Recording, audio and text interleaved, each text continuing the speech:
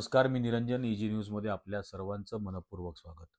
वाराणसीमध्ये एक देशद्रोहाचा गुन्हा घडतोय आणि देशद्रोहाचा गुन्हा घडत असताना या देशातलं सरकार हे अत्यंत शंढपणाने चडीचूप आहे. अतिशय गंभीर घटना घडते. असं जाहीर केलं गेलेलं आहे वाराणसीमध्ये की या देशामध्ये असलेल्या 30 संत आणि काही विद्वानांनी मिळून, हे त्यांनीच ठरवलेले विद्वान, या विद्वानांनी मिळून हिंदू राष्ट्राचं संविधान तयार केलं आणि ते या कुंभमेळ्याच्या दरम्यान हे लॉन्च केलं जाणार. या कुंभमेळ्याच्या दरम्यान ते प्रकाशित केलं जाणार. ही इतकी गंभीर घटना आहे. हा सरळ सरळ देशद्रोहाचा गुन्हा आहे. सरळ सरळ भारताच्या संविधानामध्ये India is a union of states ही जी व्याख्या आहे आणि India will be a socialist democratic republic secular republic ही जी व्याख्या सांगितलेली आहे, या व्याख्येच्या थेट 180 डिग्री अपोजिट जात कोणीतरी देशद्रोहीपणा हा असा करतायत. हे 30 माणसं, हे जे कोण स्वतःला विद्वान आणि संत समजतायत, त्यांनी हा देशद्रोहाचा गुन्हा केलेला आहे. आणि भारत सरकारने या तडीपारमध्ये थोडासा जर दम असेल तर त्यांनी या 30 जणांच्या विरोधामध्ये देशद्रोहाचा गुन्हा दाखल करून त्यांना फरफटत आणलं पाहिजे वाराणसीहून आणि तुरुंगात फेकायला पाहिजे. आणि देशद्रोहाच्या गुन्ह्यामधली जी सर्वात मोठी शिक्षा असेल ती शिक्षा यांना सुनावली गेली पाहिजे. हिम्मतच कशी होते देशामध्ये राहून देशाच्या घटनेच्या विरोधात जाऊन, संविधानाच्या विरोधात जाऊन काहीतरी करायचं आणि त्याची जाहीर घोषणा करायची. आणि किती गंभीर आहे. यात पहिले असं सांगितलंय की हे वाराणसीत जाहीर केलं जाईल. त्यानंतर याच्यामध्ये या देशातल्या मुस्लिम आणि ख्रिश्चन लोकांना मतदानाचा अधिकार नसेल हे ठरवतायत 30 जण. त्यानंतर या देशातल्या सर्व नागरिकांना लष्करी प्रशिक्षण घ्यावं लागेल. म्हणजे 2014 साली या देशाची लोकसंख्या जी काही कमी होती, त्या 2014 सालच्या लोकसंख्येच्या वेळेला 26 कोटी मुलं शालेय शिक्षण घेत होते. आज 10 वर्षानंतर देशाची लोकसंख्या वाढली आहे आणि तरीही शालेय शिक्षण घेणाऱ्यांची संख्या कमी झालेली आहे. 2014 पेक्षा कमी विद्यार्थी आज शालेय शिक्षण घेतात. या मुलांना तुम्ही अबकडही शिकवू शकत नाही. चालले लष्करी प्रशिक्षण द्यायला. जे लष्करात आहेत त्यांना तुम्ही चांगल्या दर्जाचं अन्न खायला देऊ शकत नाही. आणि तुम्ही या देशातल्या 140 कोटी लोकांना लष्करी प्रशिक्षण द्यायला निघाले. कशासाठी? कशासाठी? भारताचं तालिबान करायचंय काय? हे हा प्रकार आहे.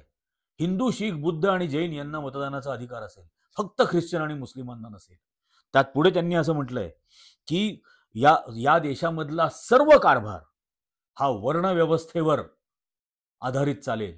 म्हणजे आली पुन्हा मनुस्मृती, पुन्हा तोच चातुर्वर्ण येणार, पुन्हा त्याच ब्राह्मण्यवादाचं राज्य या देशावर चालणार, ज्याच्यामुळे भोगावं लागलं लोकांना. कमरेला झाडू, गळ्यात मडकं असं घालून या देशातले नागरिक फिरवलेत या ब्राह्मण्यवादाने, बेशरमपणाने फिरवलेत. आणि ते पुन्हा यांना इथं करायचंय. सबकुछ वर्ण व्यवस्था के अनुसार चलेगा म्हणजे काय? या काय त्रेतायुग द्वापार युगाच्या जमान्याप्रमाणे न्याय प्रणाली असेल, म्हणजे मनुस्मृतीच असेल. ज्या त्रेतायुग आणि द्वापार युगामध्ये शिक्षणाचा अधिकार नाही म्हणून एकलव्याचा अंगठा कापून घेतला जात होता, ज्या त्रेता आणि द्वापार युगामध्ये कर्णाला रथाच्या सारथ्याच्या घरामध्ये पालन पोषण झालं म्हणून सूतपुत्र आहे आणि त्याला राजा होण्याचा अधिकार नाही हे सांगितलं जात होतं. ज्या देशामध्ये वाल्मिकींना फक्त ब्राह्मण नाही, किती का विद्वान असेना, किती का मोठं रामायण त्यांनी लिहिना, पण वाल्मिकींना ब्रह्मर्षी नाही तर महर्षी म्हणायचं,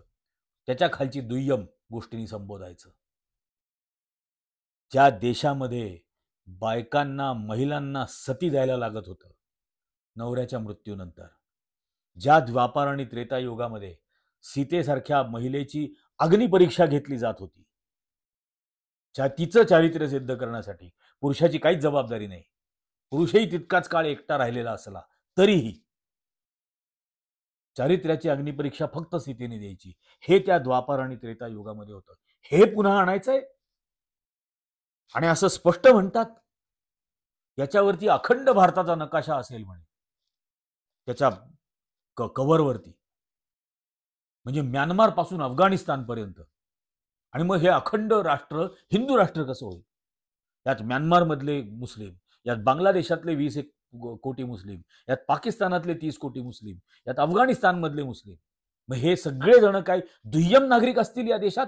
आणि हे जग मान्य करेल? तुमच्या देशामध्ये अराजक जन्माला घालताय तुम्ही, आणि या अराजकाचा फायदा 1001% चीन सारखा देश उचलेल. 1001%. का त्याच दिशेने ढकलायचं आहे? पुन्हा हा देश पारतंत्र्यात ढकलायचा आहे का? पुन्हा हा देश गुलामगिरीमध्ये ढकलायचा आहे का? पुन्हा हा देश लाचार करायचा आहे का?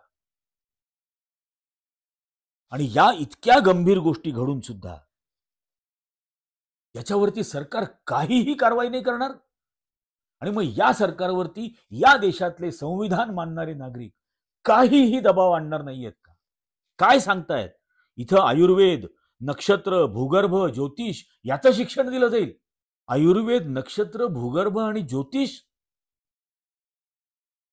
हे शिक्षण आपल्या येणाऱ्या पिढ्यांना दिलं जाणार. आणि हे जाहीररित्या घोषित केलं जातं. या तडीपारची किंवा या अमानवी नरेंद्र मोदीची हिंमत नाही होत आहे. यांच्यावर खटले घालून तुरुंगात घालण्याची. यांना जन्मठेप द्या कमीत कमी. पण देशाच्या विरोधामध्ये, देशाच्या संविधानाच्या विरोधामध्ये इतका उघड उघड गुन्हा करण्याची कोणाची हिंमत कशी होते? Where is the writ of the state? या सरकारचं, या देशातल्या कायदा आणि सुव्यवस्थेचं किंचितही भय नाही वाटत आहे या गुन्हेगारांना? याच्यासाठी सर्व नागरिकांनी जोरदार आवाज उठवणं गरजेचं आहे. हे तुटपुंजे 30 आहेत. या 30च्या मागे 30 लाख असतील. झुंड करून येतील. ताठ मानेनं यांच्या समोर उभं राहा. याचा प्रतिकार झालाच पाहिजे. कोणत्याही परिस्थितीत झाला पाहिजे. जीव का जाईना. हे काय चाललेलं आहे आणि ह्या अशा पद्धतीने हा देश चालणार? यासाठी म्हणून या देशामध्ये महात्मा गांधी, डॉक्टर बाबासाहेब आंबेडकर, पंडित नेहरू, सरदार पटेल, भगतसिंग, सुभाषचंद्र बोस, अशफाकुल्ला खान या सगळ्यांचं बलिदान यासाठी होतं? त्यांनी केलेला त्याग यासाठी होता? कोणीतरी गांजा फुकणारे नागडे उघडे हे ठरवणार या देशाचं संविधान कसं असावं? कृपा करा, गांभीर्याने विचार करा. आणि तुम्हाला काय वाटतं हे नक्की लिहा कॉमेंट्समध्ये. आजच्या या भागामध्ये इतकंच. पण इजी न्यूजचे व्हिडिओज जास्तीत जास्त जणांनी लाईक करा, जास्तीत जास्त जणांपर्यंत याची लिंक शेअर करा आणि सर्वांना हे चॅनल सबस्क्राईब करण्याचा आग्रह करा. धन्यवाद.